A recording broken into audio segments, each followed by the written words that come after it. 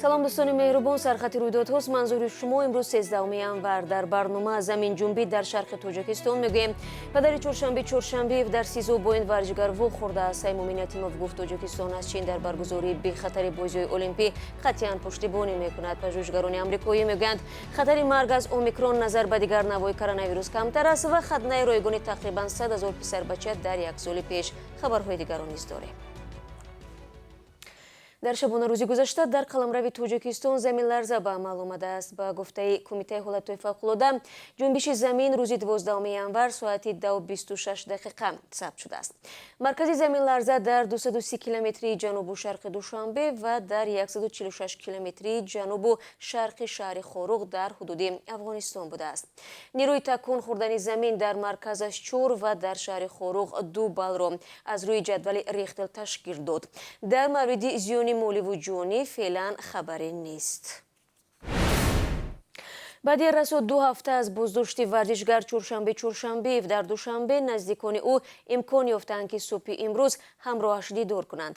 дар ин бора Авазхон Паҳлавонов, падари Чоршанбе, ба Радиои Озодӣ хабар дод. ӯ гуфт ҳамроҳ бо модарбузурги Чоршанбе дар боздоштгоҳи муваққатии Кумитаи амнияти миллӣ бо варзишгар вохӯрданд. вазъияти писарам бисёр хуб зуда ҷой гарм хӯрок чӣ мекунанд, обеспечивать мекунанд. баъд толори варзиши вайда чӣ кардан, любое время машқ кунанд. ягон чӣ надорад мушкиле. вай дар суҳбат гуфт, ама нағз қатъи ман чӣ короче обращаются. Со мной все нормально разговаривают, обращаются, все, никакой там питер, ники там, которые люди там распускают в интернете, все.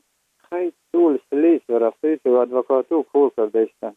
Баъдтар мумкин маълум мешад. вале ягон намедонам чӣ мешад. мо хушдилем имрӯз дидем писара ҳама соза. ягон чақа нашудастанд, ама нағз.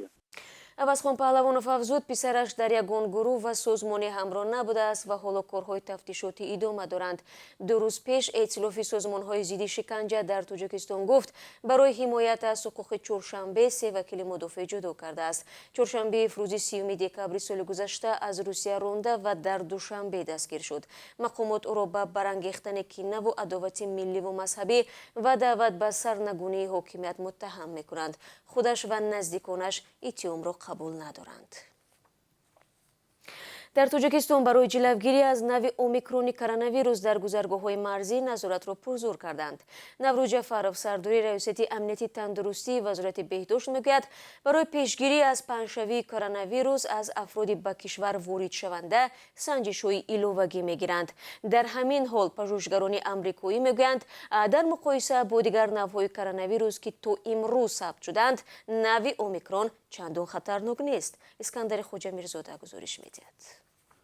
натиҷагирии пешакии як таҳқиқоти амрикоӣ аз он шаҳодат медиҳад, ки хавфи бистарӣ шудан дар шифохона ва ё марг бар асари гирифторӣ бо навъи омикрони бемории COVID-19 камтар аст.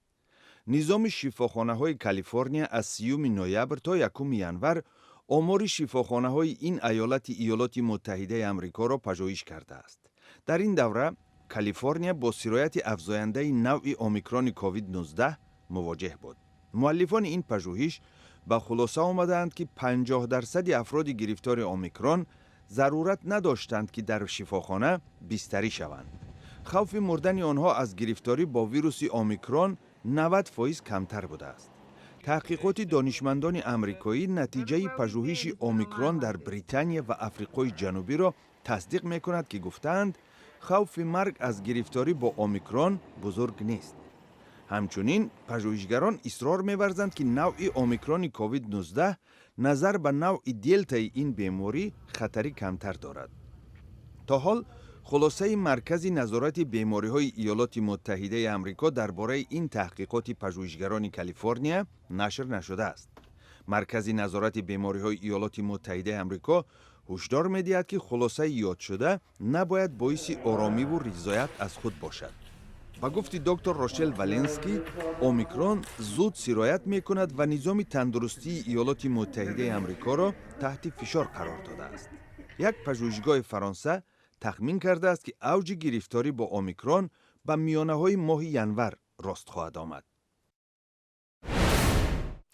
тоҷикистон гуфтааст ки аз чин дар баргузории бехатар ва муваффақонаи бозиҳои зимистонаи олимпии 2022 қатъиян пуштибонӣ мекунад. қарор аст ин бозиҳо аз 4 то 20 феврал дар шаҳри Пекин баргузор шаванд. хабаргузории ховар бо истинод ба Саймумин Ятимов, раиси кумитаи амнияти миллӣ навишт, вазъи феълии минтақа ноустувор буда. таҳдидҳои террористӣ ки аз марказҳои дахлдор бармеоянд ба амнияти давлатҳои Осиёи марказӣ ва минтақаи ғарбии Чин пайваста таҳдид мекунанд, ки барои бозиҳои зимистонаи олимпии соли 2022 дар Пекин таҳдиди фаврӣ аст.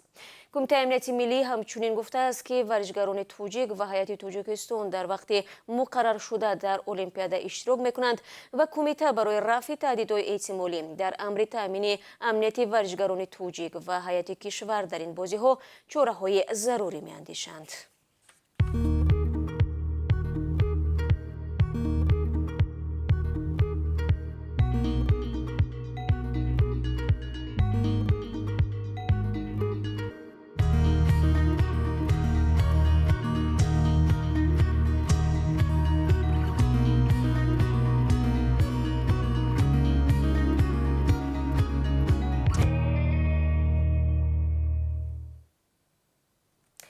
як шаҳрванди қирғизистон ки 1 ноябри соли гузашта дар Тоҷикистон дастгир гардида буд, ҳафтаи ҷорӣ ба ватанаш баргардонида шуд.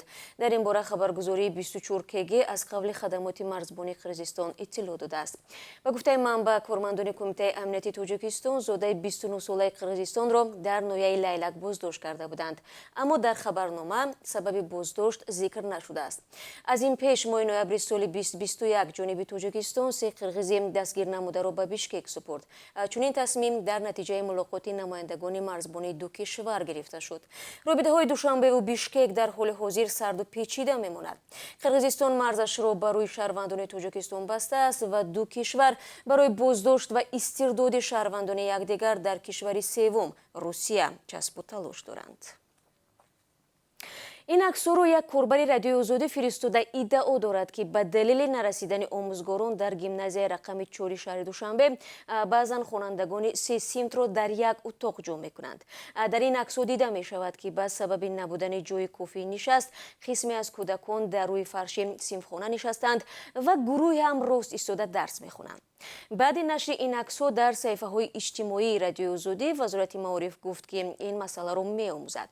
гимназияи рақами 4 барои хонандагони болаёқатро моҳи сентябри соли гузашта дар Душанбе ба истифода доданд.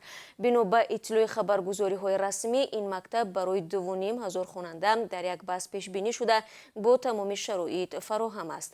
мудири гимназия Назира Назарова дар суҳбати телефонӣ бо Радиои Озодӣ иддаои нарасидани муаллимонро рад кард. ӯ гуфт, мактаб чунин мушкил надорад. дар ҳамин ҳол як корманди гимназия бе зикри ном гуфт, ҳолатҳое аст, ки муаллимон бемор мешаванд ва кӯдаконро омӯзгори дигар дарс медиҳад. қаблан оҷонсии назорат дар соҳаи маориф ва илм иттилоъ дода буд, ки дар умум дар кишвар беш аз 2000 омӯзгор намерасад. соли гузашта дар Тоҷикистон наздики 100 000 писарбачаҳо ройгон хатна карда шуданд. аз ин миён беш аз 22 000 нафараш навзодон буданд. соли 2017 ба қонуни ҷумҳурӣ дар бораи танзими расму оин тағйирот ворид карда шуд, ки тибқи он амалиёти хатнаи писарбачаҳо бояд дар муҳлати то 20 рӯзагӣ ва танҳо дар шароити беморхона анҷом дода шавад. дар гузашта маросими хатна дар синни то мактабӣ аз ҷониби устои хатнагар амалӣ мешуд ва ба ин муносибат ҷашни серхарҷ ташкил мекардид. аз соли 2019 дар Тоҷикистон хатнаи писарбачаҳо аз ҷониби устоҳои мардумӣ комилан манъ шуд.